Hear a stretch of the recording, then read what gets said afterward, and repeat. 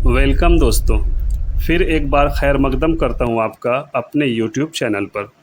दोस्तों, इस वीडियो का दूसरा चैप्टर शुरू करने से पहले मैं आपको छोटा सा कुछ सेकंड का एक वीडियो क्लिप दिखाना चाहता हूं, जिसे आपने इस वीडियो के पहले चैप्टर में या इसके अलावा भी शायद कहीं देखे होंगे और इस पर दूसरे यूट्यूबर्स की टिप्पणियाँ और जवाब भी सुने होंगे।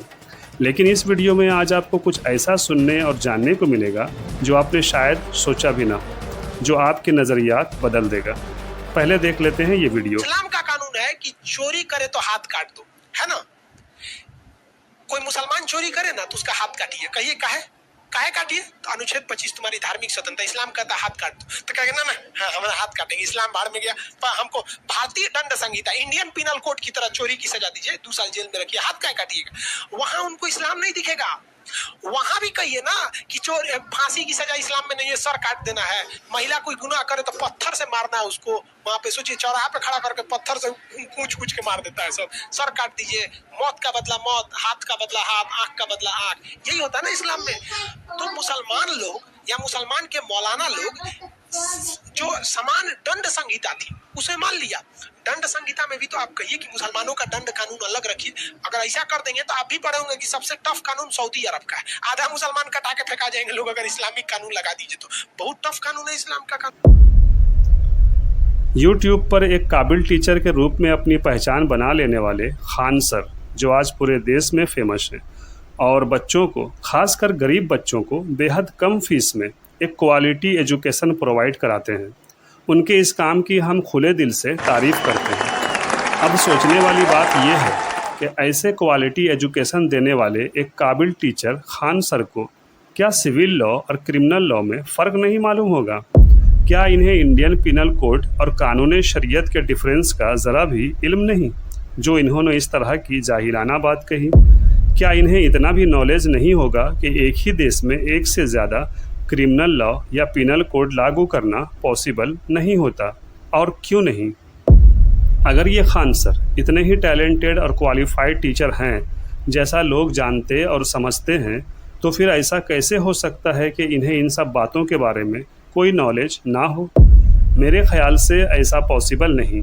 मेरे नज़रिए, मेरे जहन व फिक्र से ये अकल में समाने वाली बात नहीं है। तो फिर अगर इन्हें ये सब कुछ पता है और इसके बावजूद भी इन्होंने इस तरह का बेढंगा, जाहिलाना, बेतुका, अनलॉजिकल बात सरेआम कही, तो आखिर क्यों कही? मेरे जहन में इस क्यों के 2 जवाब उभर कर आ रहे हैं।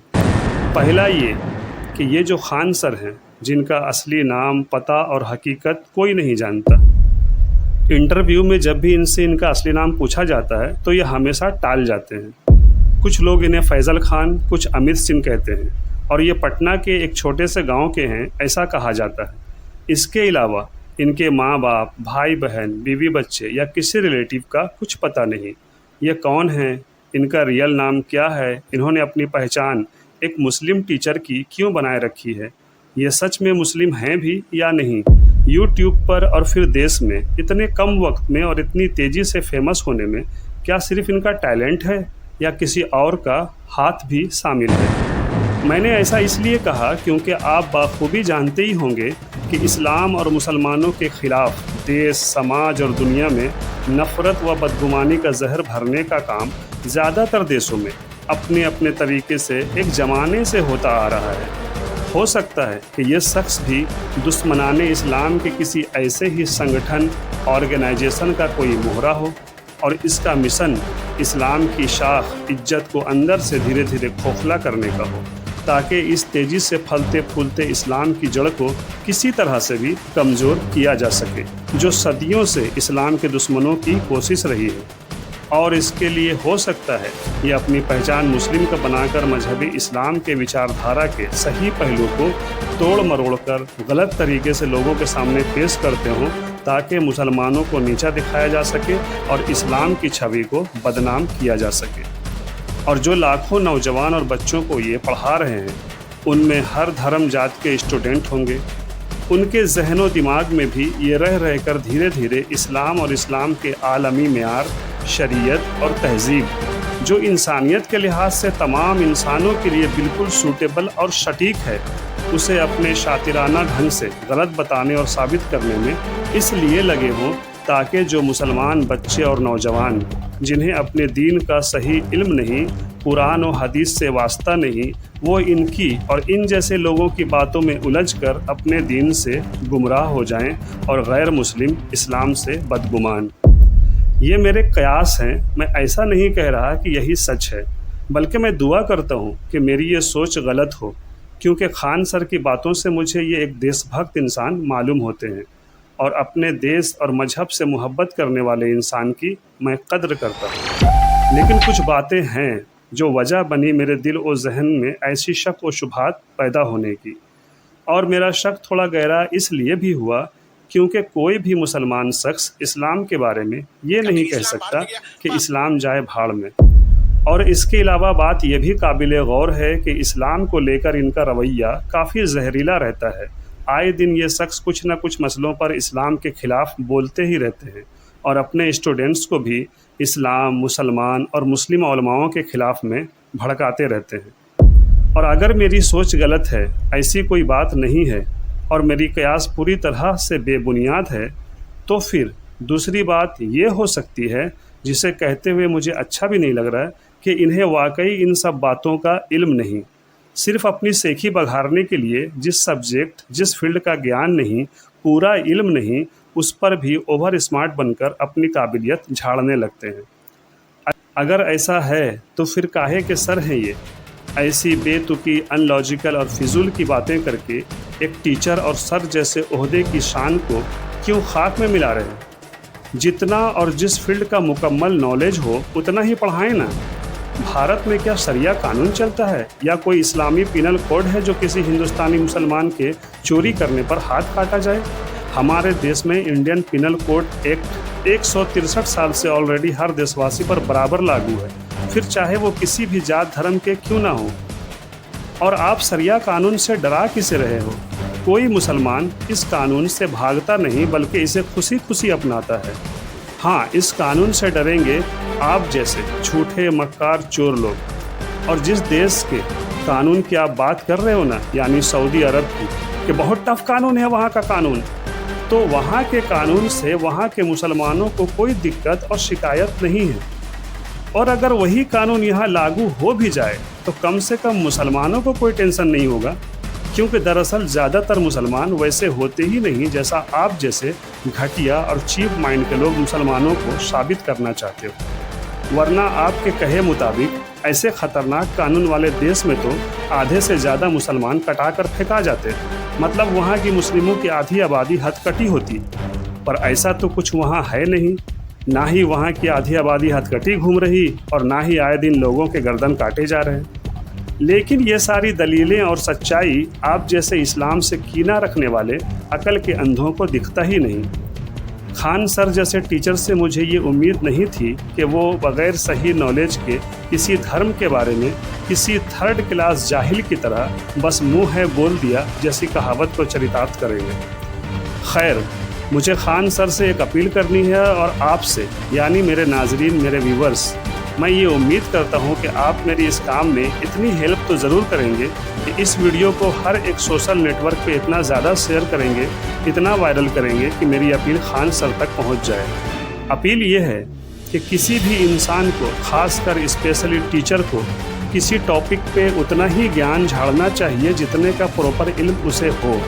یہی اس کے لیے ہر لحاظ سے بہتر اور عزت بخش ہوتا ہے۔ اپنے علم سے زیادہ بولنے والا شخص قابل نہیں، جاہل کہلاتا ہے، اور کہیں نہ کہیں اسے شرمندگی جھیلنی ہی پڑتی ہے، پھر چاہے وہ اپنے فیلڈ کا کتنا ہی بڑا دگگج کیوں نہ ہو۔ ہر دگگج کا اپنا ایک فیلڈ ہوتا ہے اور اسی فیلڈ کا وہ راجا کہلاتا ہے۔ مچھلی کتنی بھی بڑی کیوں نہ ہو، چاہے ویل جیسی وشال اور شکتیشالی ہی ہو، لیکن اس کا فیلڈ پانی تک ہی محدود ہے، پانی سے باہر اس کی کوئی اوقات نہیں۔ اسی طرح چاہے جانور ہو یا انسان، سب کا اپنا اپنا فیلڈ، اپنی ایک حد متعین ہے۔ اسی حد، اسی دائرے کے اندر تک ہی سب اپنے آپ میں مہان ہیں۔ سبھی کو اسی حد میں رہنا چاہیے، اسی میں اچھائی اور بڑائی ہے، ورنہ ذلت و رسوائی ہے۔